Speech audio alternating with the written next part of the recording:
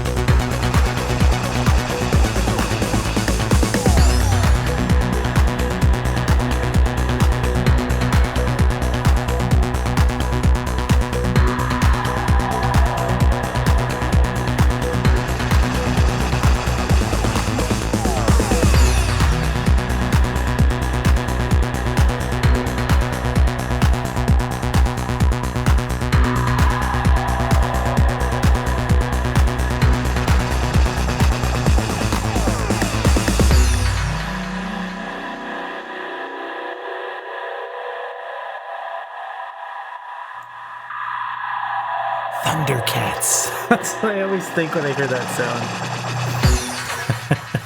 Anyway, so that's where we're at right now with the track. So we've kind of built the composition up from the last time you guys heard it. And let me just give you an example. So right now for the kick drum, I'm using the Kick 2 plugin from Sonic Academy, wonderful plugin. This is the only non-Roland Cloud plugin that I'm using for sounds. I am using, EQs and compressors and stuff like that, of course.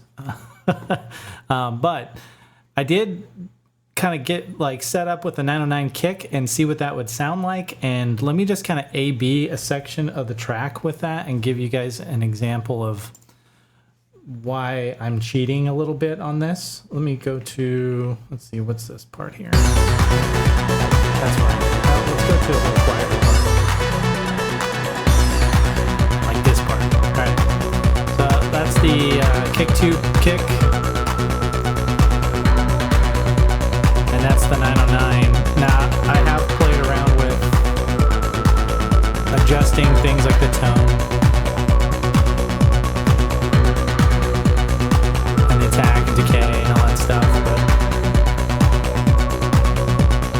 that doesn't sound too terrible. But I don't know. Compared to here, it just fits better, I think. It's just my opinion. Anyway, so we got Dasgas in the house. What's up, Dasgas?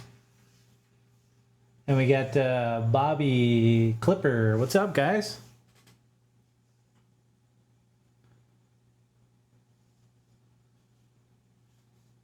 He says, sounding nice, Marshall. Was that you on keyboard?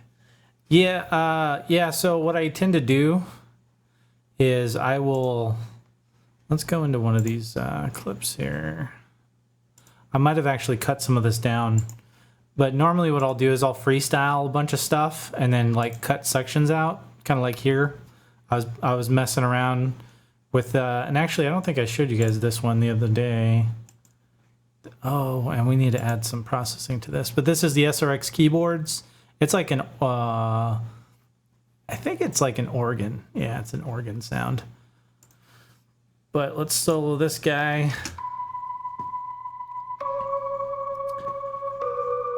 Yeah, I'll kind of mess around and then I'll cut the clips. And then when I get my arrangement done, I basically go one scene after another. And I basically arrange these vertically with all the clips. So this is one section. This is the next, couple measures or whatever. And I do the whole song and then I record it back into the arrangement view. And I do that because if I ever decide I want to do anything with this live, I kind of have this already kind of preset to do some cool remixing or other things. Anyway. So yeah, so that's kind of the reason why I decided not to go with the 909 kick. Maybe I'll listen to that a little bit more. Maybe I'll do 2 versions of this track. I don't know. But another new addition is with the 808. I did drop in an 808 kick. It's known for the boom boom. You guys remember the 808 boom boom song? I can't remember what it's called. It's like boom, boom. We like the cars that go boom. You know what I'm talking about? Anyway, the 808 has this amazing decay on the kick, and you can see I've got it turned all the way up, and it gives a nice almost like a sine wave bass drop with less work. So I did emphasize this on the one beat on certain measures. Let me solo, and you guys, I don't know if you'll be able to hear this without. You might be able to hear it with headphones, but you'll definitely need some speakers that have a good frequency response in the low end. But let's, yeah, there we go. Yeah. And then if you pair that with the kick that I have here, right? That's cool. So I dug that. That's an old trick I used to use. I don't know if anyone has ever used Hammerhead.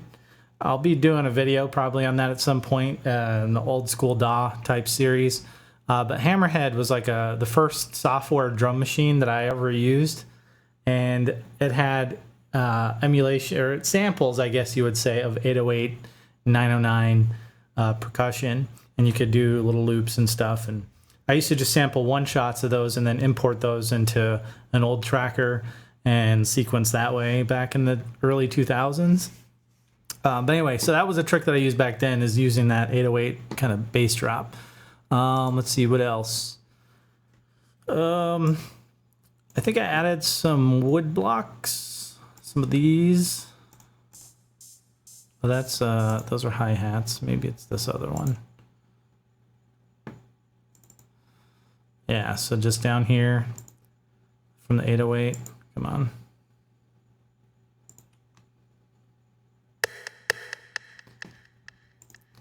Right, with some delay and compression. And let's see, what else did I do? I think that's kind of the main changes. The other thing I did is I did have some sub bass set up, but I wasn't using it in the track when I was working on it the last weekend. So I got the Pro Mars here, some really deep bass, and we're gonna need to solo that.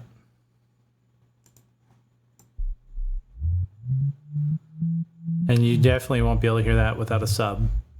But it makes a big difference. And I did kind of test this out before the show today, driving around, listening to this in the car, and obviously in here, and a couple other little sound systems that I've got access to. And it's there. I don't want it to be overpowering, but it just kind of helps support the arpeggio for the bass line. And let me, is that this one? Yeah. So then when you add these together,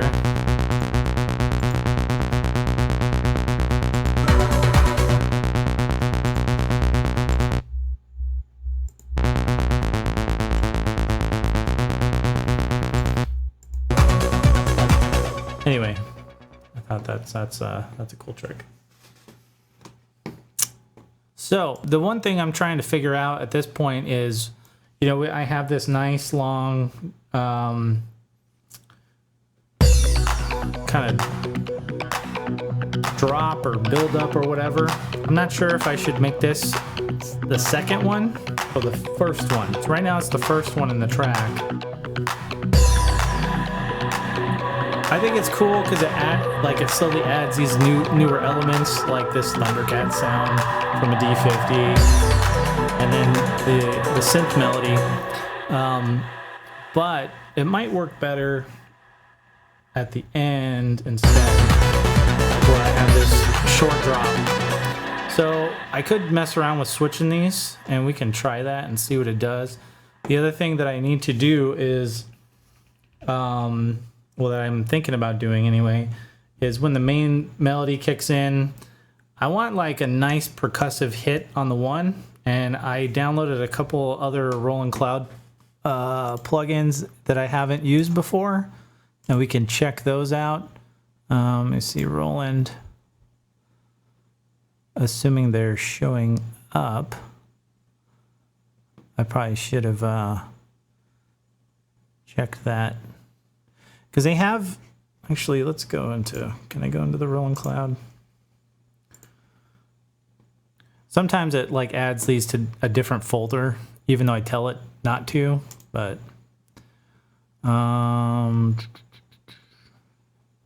instruments. Yes, I know there's an update. Yeah, this drum studio, I was gonna check that out, and then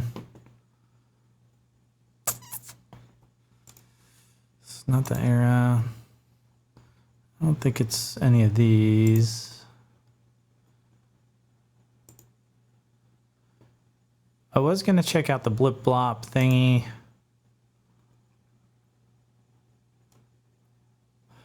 Maybe SRX World. SRX Studio. There was a couple other ones that I was kind of going to poke through. Anyway, and then the other thing is I'd like to get like a secondary melody at some point, so that it's not just that synth line repeating over and over. So we'll check that out. But I think first what I want to do is try and move the drops around and see how that sounds in the track. So we can take these here. I think these are, well, it's the same on the second part. So we can actually come up here.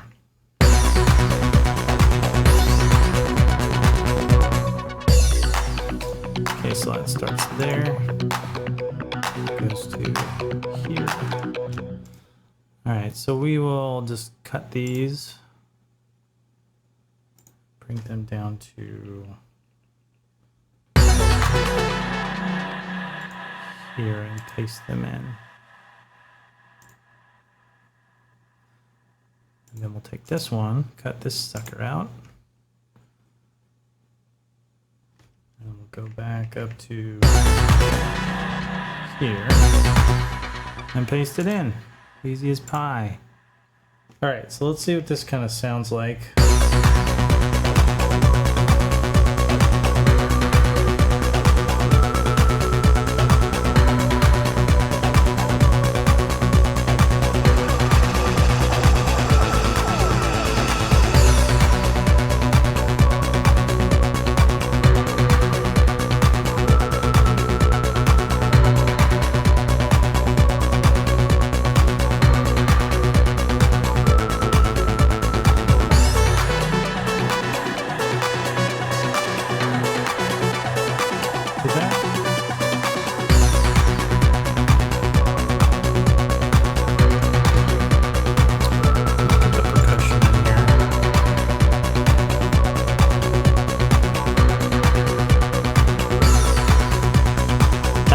It's too early. All right, let me just drag this below this one. I think. Yeah, okay.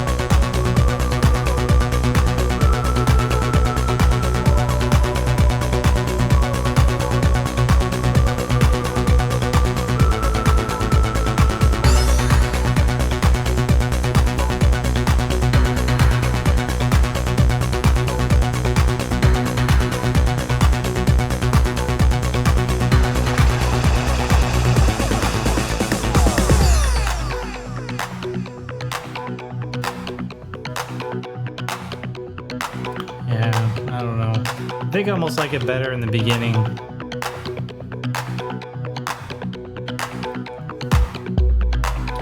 So yeah, Daska says that's Tigra and Bunny Like the Boom. Funny video. They're from Florida. I didn't know that. I definitely remember the video. It's hilarious. And Bobby says stores are taking pre-orders on the Odyssey. Now expected to start shipping September 4th. That's cool. I don't know if I'll get an Odyssey. I definitely am going to get a Crave and the RD8 and the RD9, since they had to rename those apparently from RD909 and RD808 to just the 8 and the 9. And then I don't know if I'm going to get any of the other Behringer stuff, at least not right away. Obviously, I've got plenty to work with in here, and it's like between the Roland Cloud and my boutique, line of synths. Like I have like an SH-101. I know I have an 808 Nano Nano already, but I really want to have the dedicated outs and use a device for some of that. I think that'd be better. But literally, a lot of that stuff you could just get with the Roland Cloud, and it's like $19 a month. And then I think after your first year, you get to pick a plugin to keep, and then every year, I guess you get to keep one. I don't know. Anyway, it's one of the best values I think there is in terms of plugins is the Roland Cloud setup. It sounds fantastic. I'm using all these in real time on my machine, no problems. So yeah, it's definitely come a long way. The service initially had some issues with certain synths crashing, or I had like the D50 wouldn't load patches correctly for a while, but that's all been sorted out now, which is great. Yeah, so Behringer is definitely killing it. What I really would like to see from them that I would buy in a heartbeat is ARP 2600, and obviously the OBXA clone, the UBXA, and those are two that I'd really love to have. Yeah. I have room. I do, yes. And actually, I'll have to show you guys this pretty soon. I'm working on setting up. There's like a formal dining room in this house that I don't need, so I'm converting it into a makeshift like studio to do more genuine kind of reviews where I can focus on one piece of hardware, get good cameras on it, and everything else. And yeah, that's going to be fun. So yeah, this place is much bigger than my old place. Lots of room to spread my synths around, and it's already happening. So I think there's synths in 3 different rooms right now. But yeah. Yeah, thanks, Bobby. Bobby says I have a pretty good theme here. Yeah, thank you. Oh yeah, the other thing that I wanted to do is in this track where I have the SH-101 doing some pitch modulation. Let me go back into that. I think that's this here. I did this right at the end of the video. I'm just modulating the LFO rate. See it going there? Like, that's cool, but I think I want some white noise to do like a white noise crescendo as well. So maybe we can work on that real quick. Let me see. So we got to pick something that has white noise as a source. And I'm not sure. Does I think the 101 actually does, but maybe we could try something different.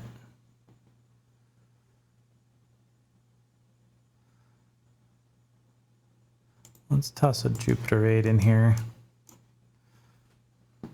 And the cool thing is, too, I can scale these up since my eyes are terrible and I can actually see what's going on. Yeah, there is a noise oscillator on VCO 1 and 2. Cool.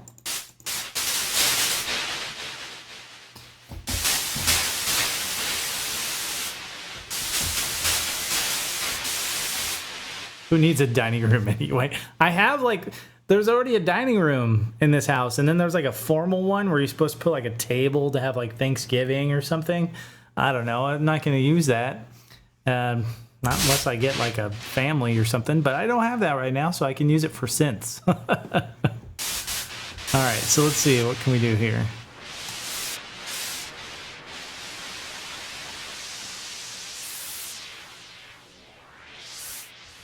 We could do something like that.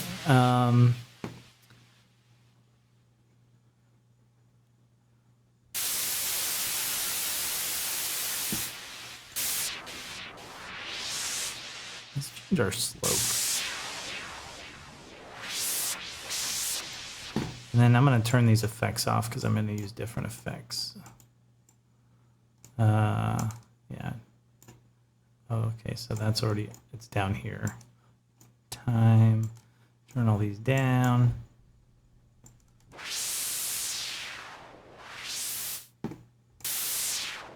Oh, and I am pretty excited, guys, because they just released an update for the Moog 1, and there's more MIDI capabilities now.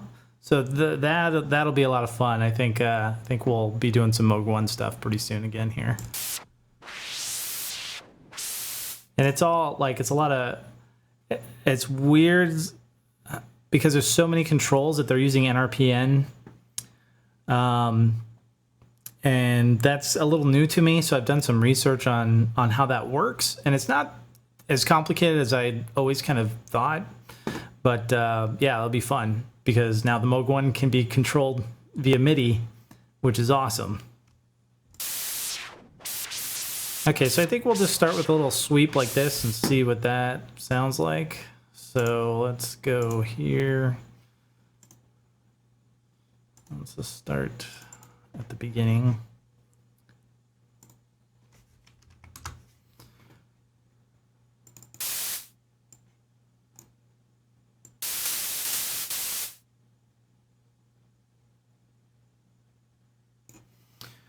And we'll do like a kind of a short one at first and see what that sounds like.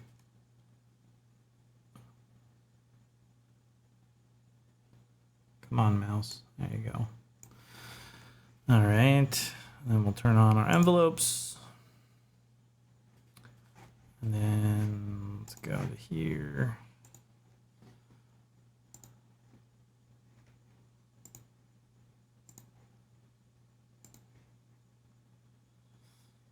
Okay.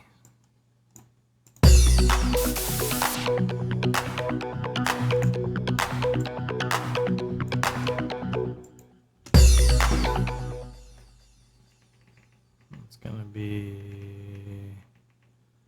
oops.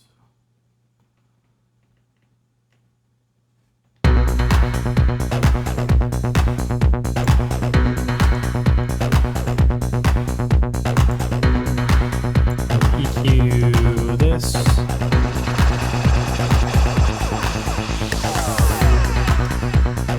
Yeah, I think that'll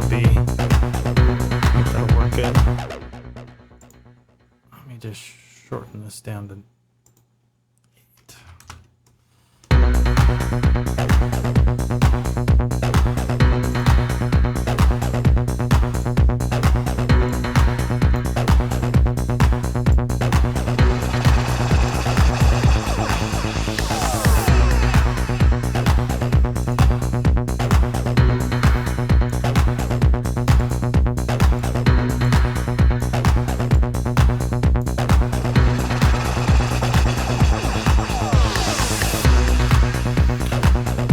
Some delay.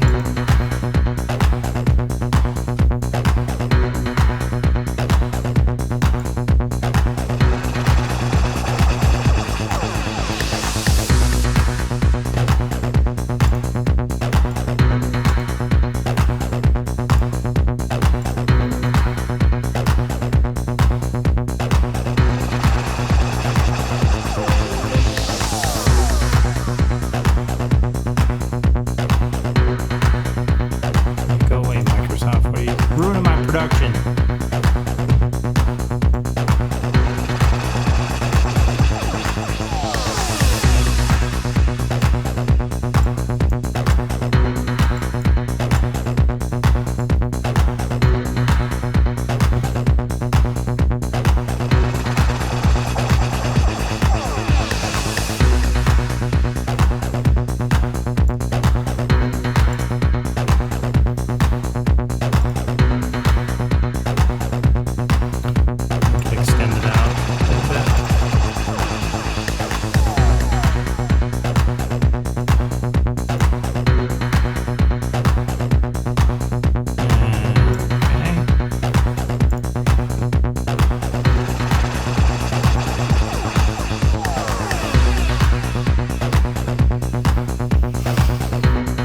See what this sounds like with the flanger on it.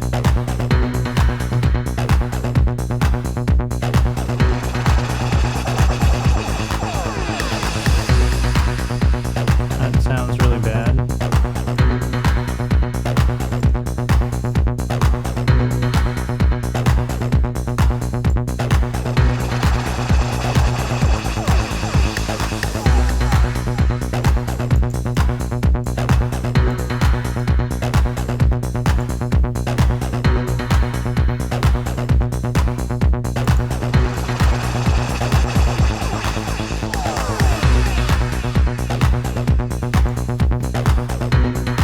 to be like overpowering, so I just kind of want it to blend a little bit.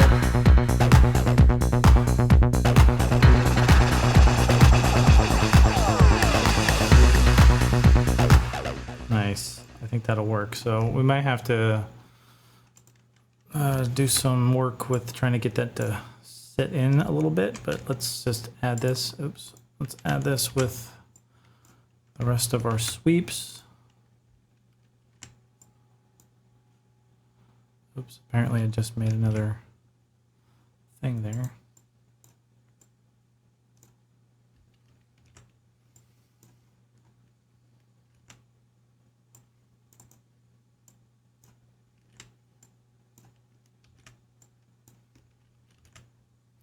All right, let's see what that sounds like in some heavier parts.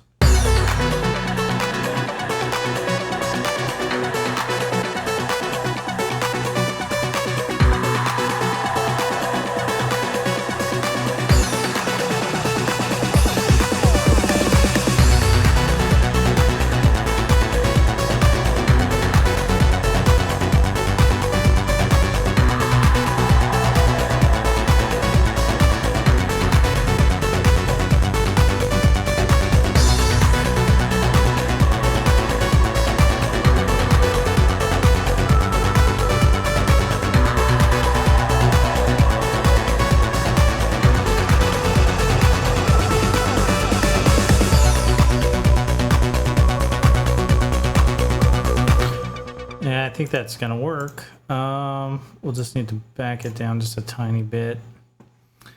Okay, so I want to try and fix real quick this issue with the plugins.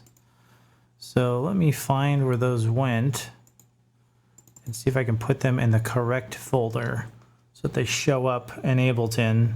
So we can see if I can get myself a nice something loud and cool sounding for the crash. They were supposed to go in my Steinberg folder, but looks like maybe, so there's Integra 7.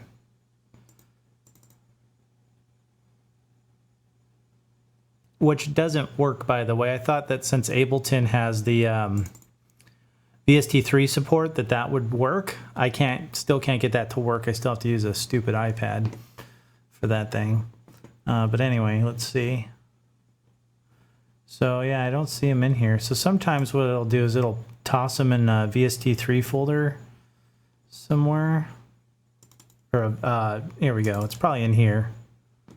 Yeah. Yeah. See, there it is. There's world. Let's cut that out of there and go back. I don't know why it does that. I thought I specified where it should go into the Steinberg folder, into my VST folder, into Roland, and it doesn't frickin' do it, but yeah. So that's something to watch out for, I guess. Make sure your plugins go into the right folder.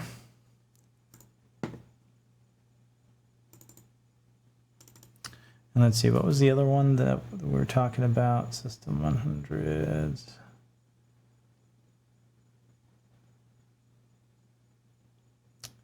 I guess that's the only one that I actually downloaded. I thought I did more than that, but let's refresh our plugins.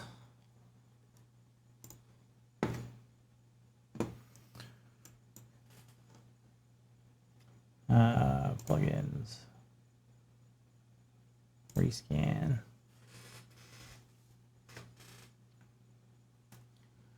Yeah, Ron says more studio space is the logical decision, Captain. Yes. Seemed to be the best thing for sure. It's part of the reason why I'm out here in Florida, because I was able to get a nice large place for way less than what it would have been in Colorado. And I don't have to deal with snow, which is really cool. All right, so let's see if this shows up in here now.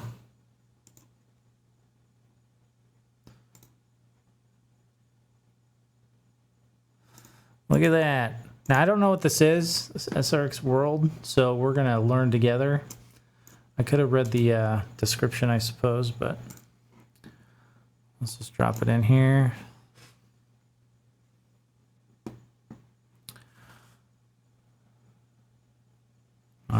So we're gonna solo it.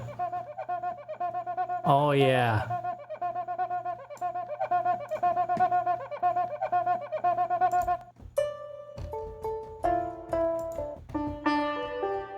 Oh yeah.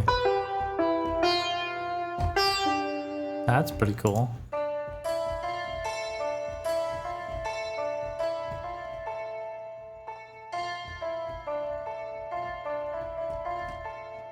Alright, is there a way to... Let me... Oh shit, I can't zoom that in anymore. Category... Let's see what's in here.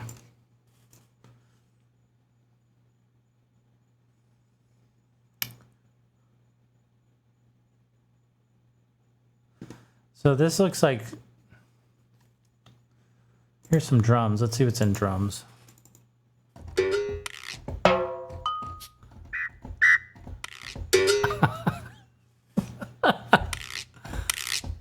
That sound always makes me laugh.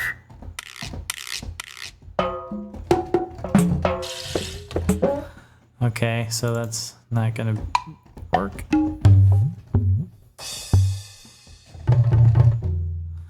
That's not gonna work.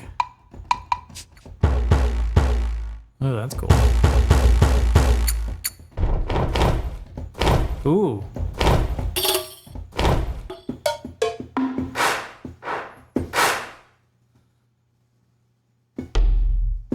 Ooh. Like that?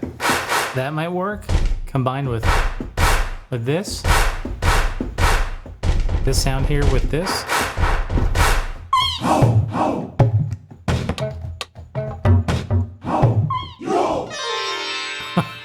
I'm having a dream. Oh. Oh, this is cool.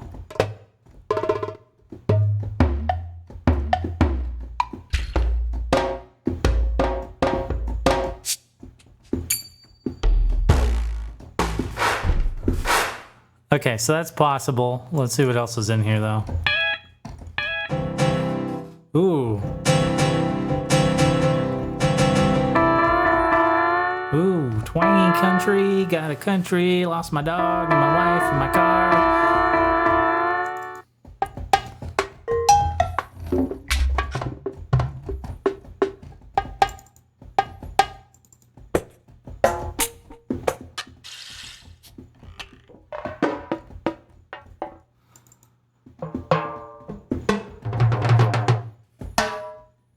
Yeah, I don't think these Latin ones are gonna do the job.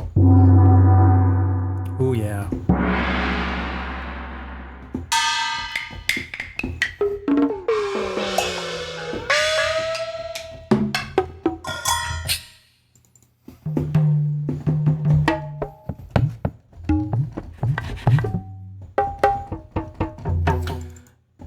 Some really cool stuff for like back, like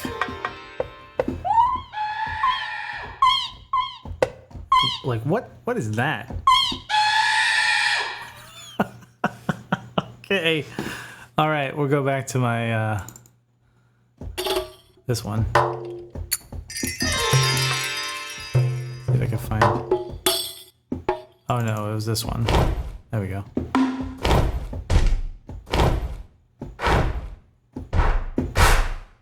Okay, we'll see if we can make that work. All right. Let's record. Actually, I'll delete that.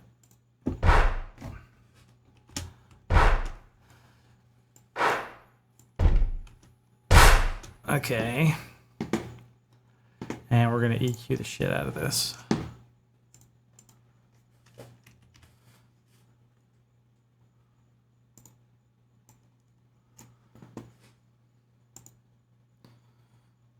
Do a low cut. Bam.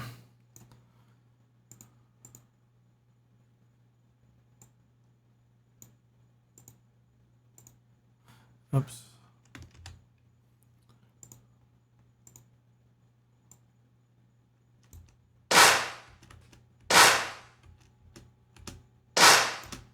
Okay, and then let's add some reverb from our synths. and some distortion.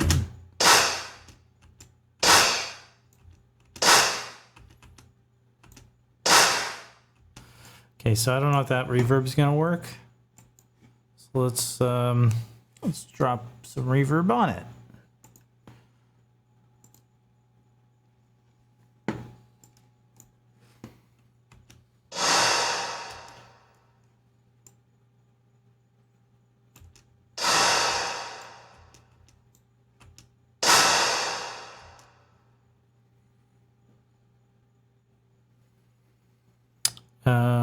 Where's my cutoff? Here we go.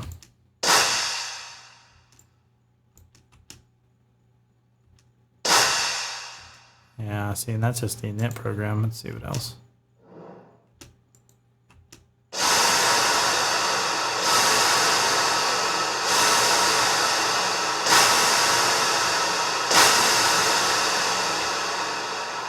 So that might be a little much, but we could just bring the decay down. It's starting to sound like something.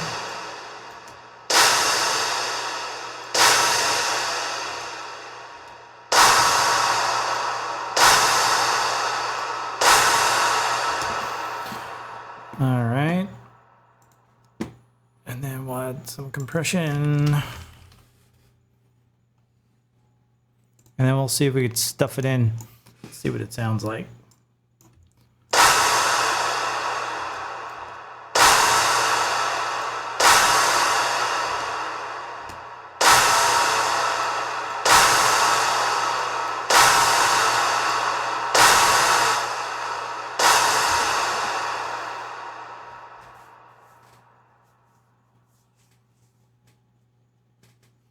Oh, Kid Rock got rich like this? That's pretty cool. I'd like to be rich like Kid Rock.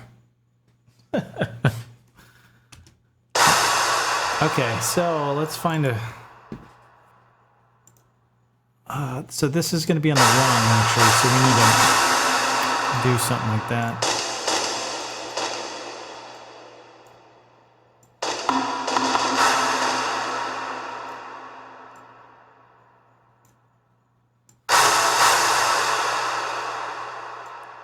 And see, if I was rich like Kid Rock, I'd buy some like awesome vintage gear probably and add it to my collection. It's the only reason why I don't have things like a Jupiter 8 or, you know, some of the really cool classic stuff, or even for that matter, I might actually even invest into some modular stuff. I assume if I was rich, I'd have plenty of time to play with it. That's kind of the only reason why I don't get into modular.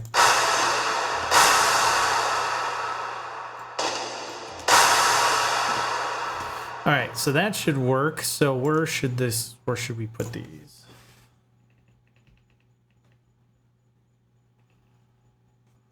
So let's unsolo.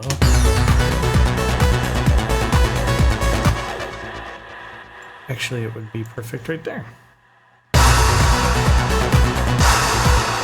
right, so we gotta extend this. So now comes the part where we got to mix this in to where it doesn't sound like ass.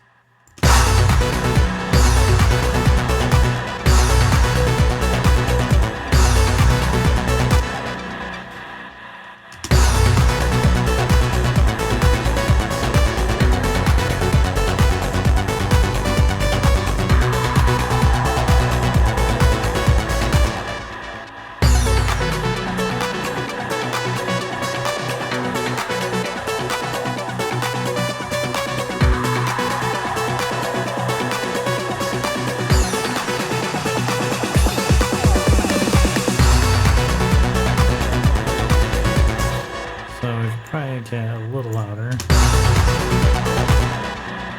And I kind of want to get that reverb tail a little longer.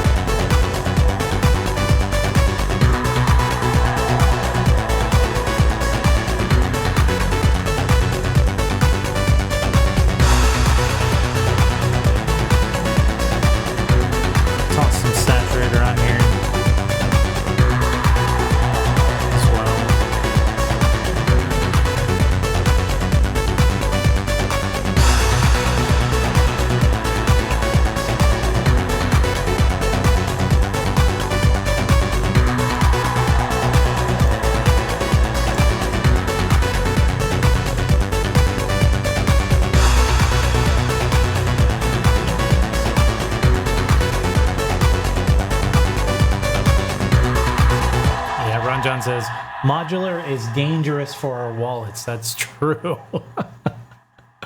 And probably for your time. That's like well, you know, one cool thing actually that came out in the latest update for Ableton is CV tools, which basically allows you to control modular gear with CV through Ableton.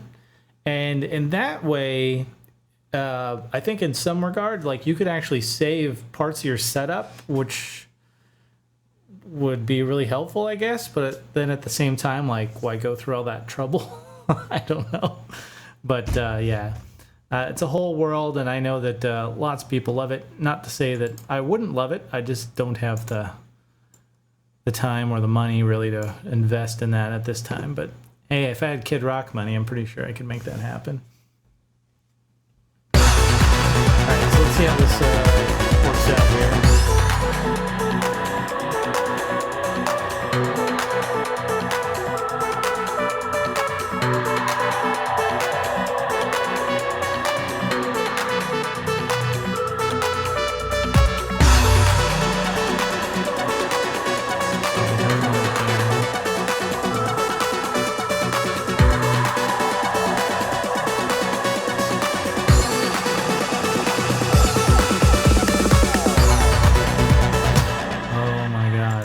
Putting this in the wrong place. Oh no, that was right, wasn't it?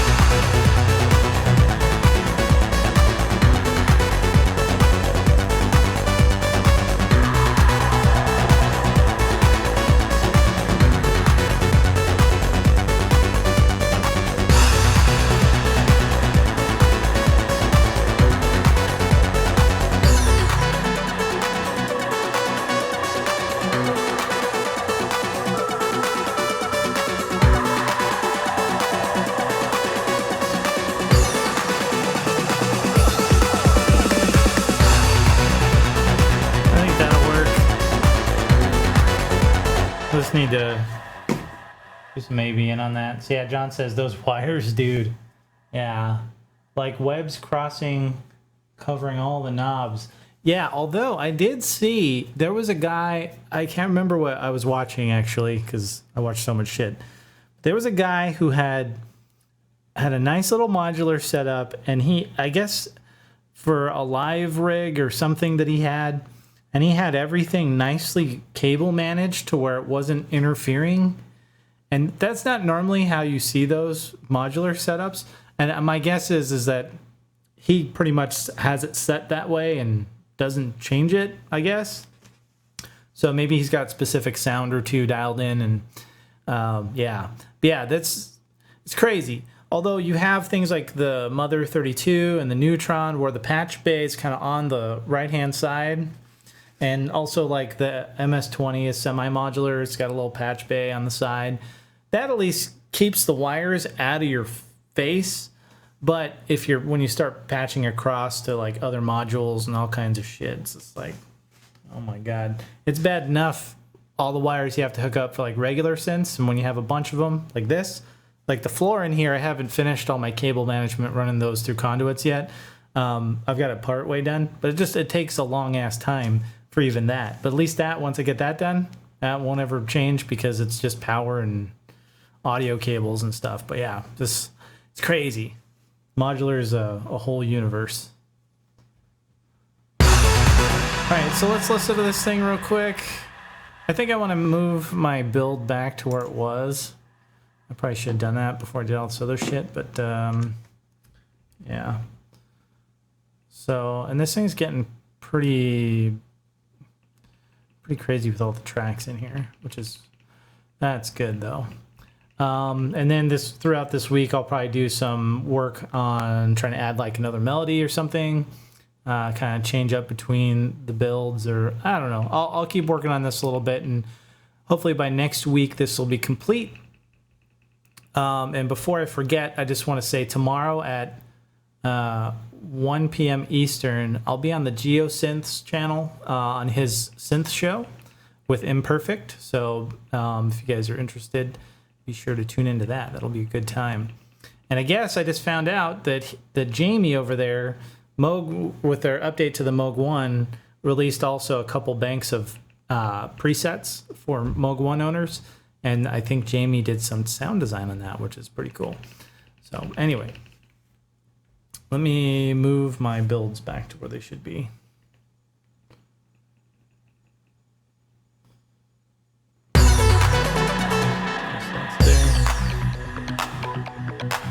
There. Cut that.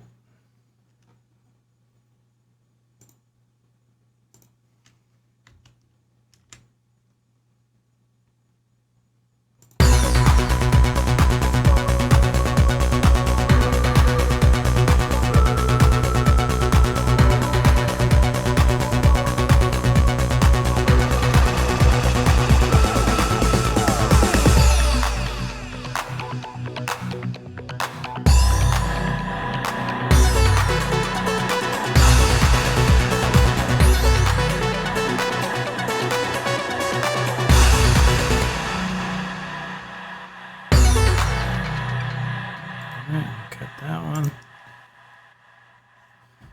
Let's see if I remember where that goes.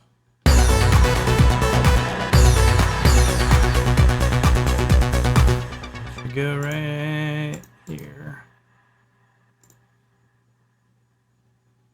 Drop down one. There we go.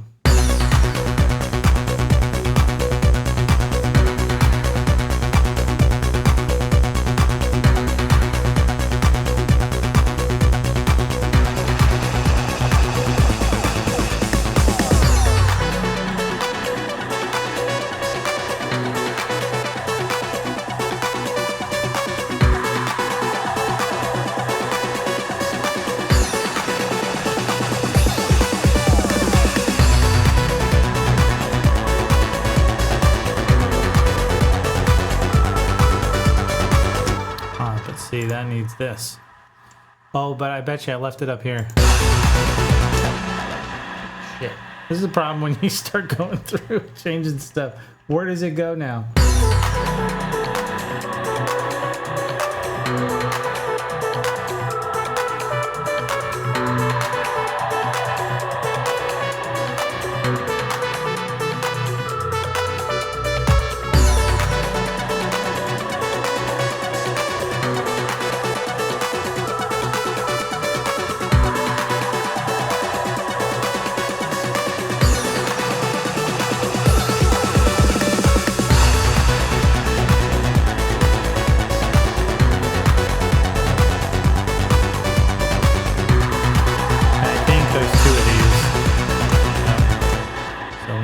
Goes down. So let me cut that one and put it where it should go.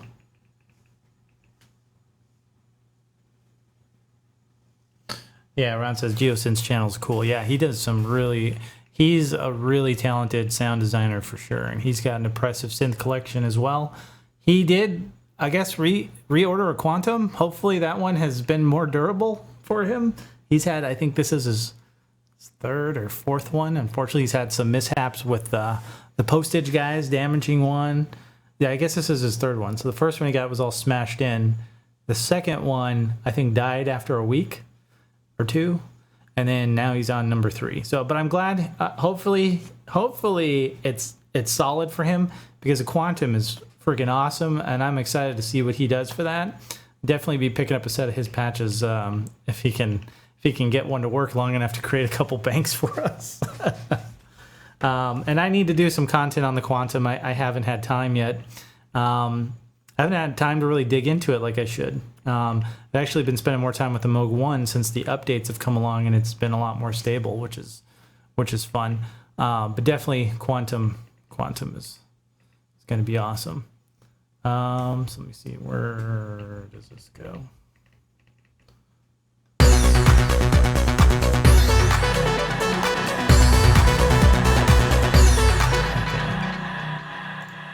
It goes here.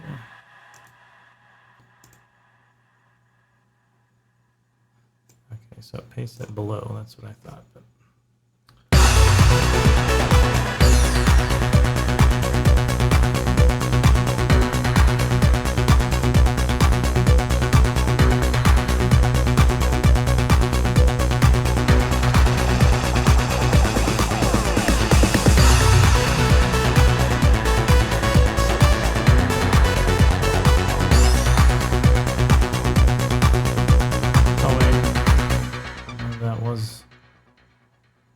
that was in the right spot.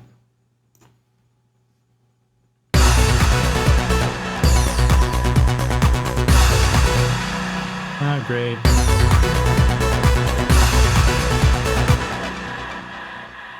Okay, we just got to go through it because I can't remember where this is supposed to go now.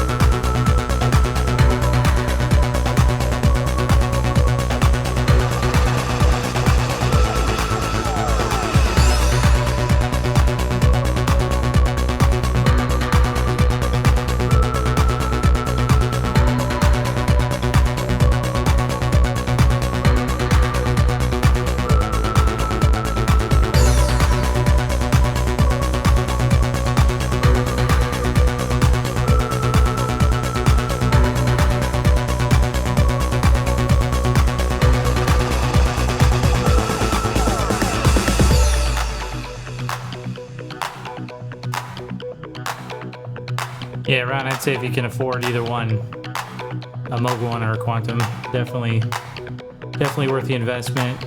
And I see you said, oh, I just missed that. Okay. Said Jamie's experience with the Quantum worries me.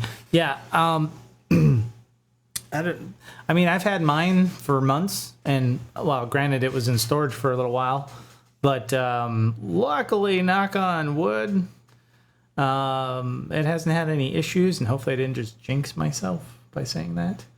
But I have read some other folks having issues, but hopefully they've got those kinks worked out. I mean, sometimes, especially when you get something right out of the gate, I experienced this with a DeepMind 12, where the first one I got had the voice cards wouldn't boot, and apparently somehow a ribbon cable became disconnected, supposedly in shipping, which sounds like bullshit. But anyway, that was one of the early runs on that. And I guess some people, even with the DeepMind 12, they had issues with the keyboards making clack sounds, and you had to adjust your key bed and all this weird stuff. But eventually, you know, as the production run went along, they fixed that. And then even with like the Model D, the Behringer Model D, they changed the tuning pots, I think, partway through the production run as well. So it's one of those things, and it's definitely solidly built, like it is a tank. It's got a beautiful FITAR keybed. It's got that wonderful screen on it, and I think if there's any stability issues with the system, it's definitely probably firmware related. Maybe I don't know, but and I think I still haven't gotten version 2.0 for that, where it's supposed to add the I can't remember what it's called, the almost like FM type synthesis feature. God, why can't I remember what that's called now? Anyway, that's not out yet. So hopefully with that, some things will improve as well. And I still don't know if you can back up your presets. That was a question I had. But yeah, sometimes I'm just saying, like once a synth comes out, and I know the Quantum's been out for a while, so hopefully some of those things have been alleviated. And yeah, it's still worth taking a chance, though. I mean, if you get something damaged, you can always send it back, and like Jamie's done twice already. So yeah, it's so expensive, and you can't get a good one. Yeah, and like I said, one of those was the postage.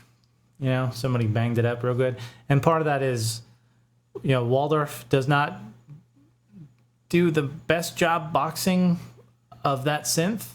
If you compare the packing of the Quantum to the Moog 1, it's freaking night and day. Like the Moog 1 comes in a humongous box with all kinds of padding, and the Quantum comes packed like the DeepMind 12 did. Just like a couple of little foam pieces in there, if I remember right, with the DeepMind 12. Anyway, they should probably beef up the packing on those. That would be a good idea, especially for how expensive that is. You'd think, it comes with no manual, and the box it ships in is like nothing. And for how expensive that is, it's one of the most expensive synths out there right now. And the box is it's crazy. I would say go to the store and pick one up if you can. I had mine shipped from Sweetwater, and luckily I didn't have any issues, but as you can see with Jamie, he had some problems.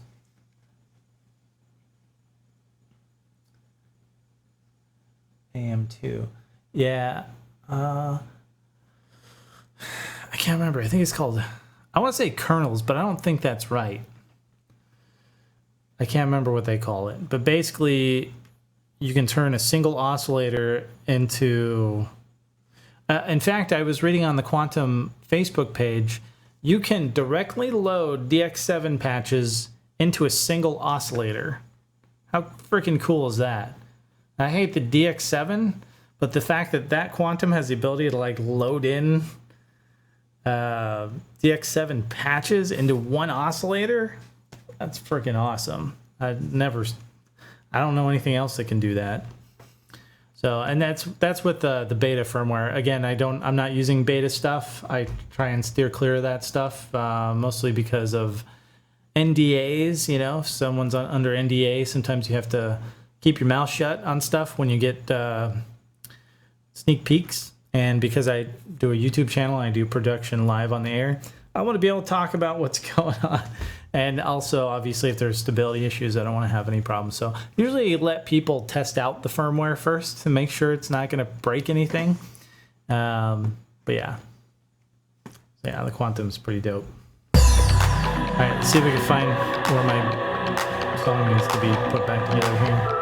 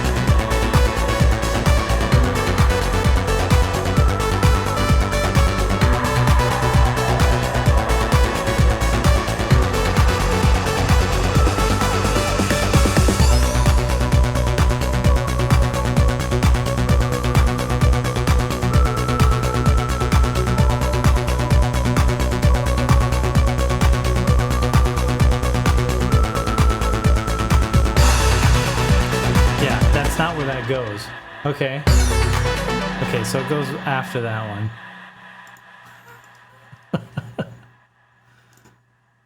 Okay.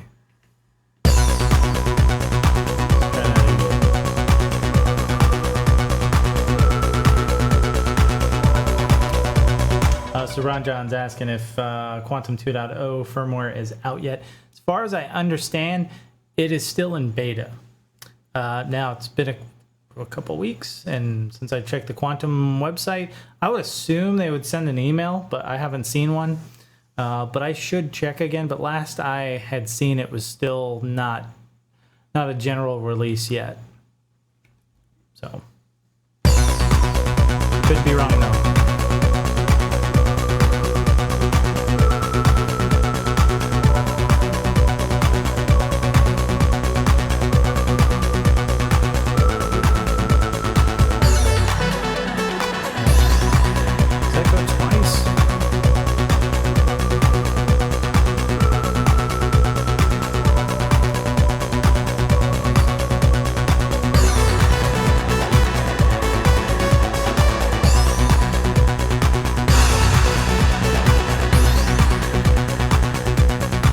Yeah, I thought something weird was going on there.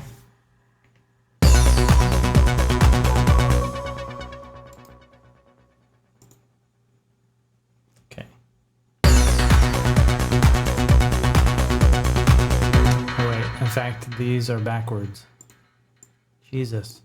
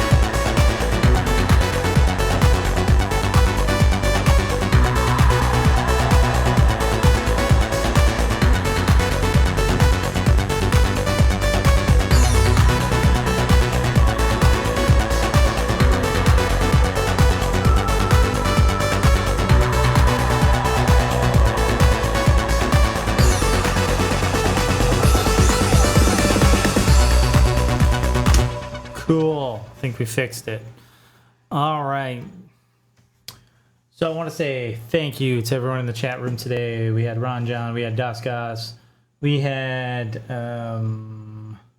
Bobby. Who else?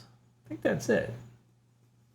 So appreciate you guys chiming in with your comments.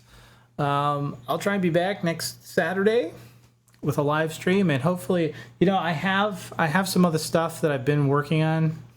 I just need to prioritize so I can get some produced content out. I've got an Uno drum that I still need to check out, and I've got the TC Electronics June 60 chorus pedal. It's the only pedal I've ever bought, and I only bought it because it supposedly emulates the chorus from the Juno 60 or the 106. I'm not sure. One of those classic Roland chorus synths. So we'll check that out. I think it'd be kind of fun to throw that on like the Moog 1, see what it sounds like, throw it on an Uno, throw it on the Uno synth. Just test it out on different synths and kind of see how that sounds.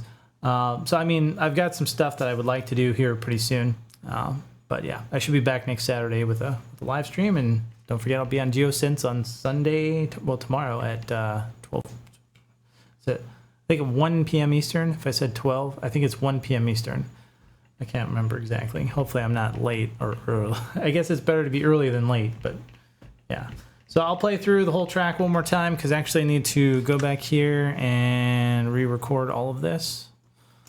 So we clear out my arrangement, go back to the top. Oh, the one before I go, actually. It's gonna like make this a longer stream, but that's all right. We got these hi-hats here in the beginning. I kind of want to do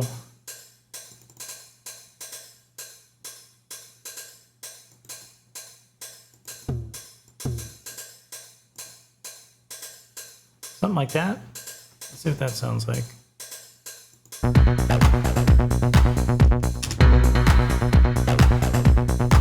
Yeah, that sounds better.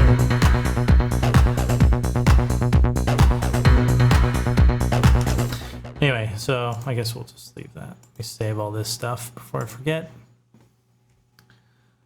Let's try it again.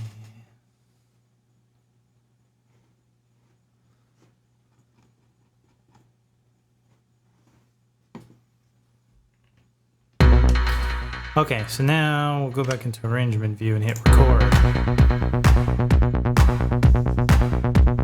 And I should mute my microphone. Alright, have a good week, guys. Thanks for tuning in. And I've totally messed myself up. It's okay. We'll start over. Alright, have a good weekend, guys.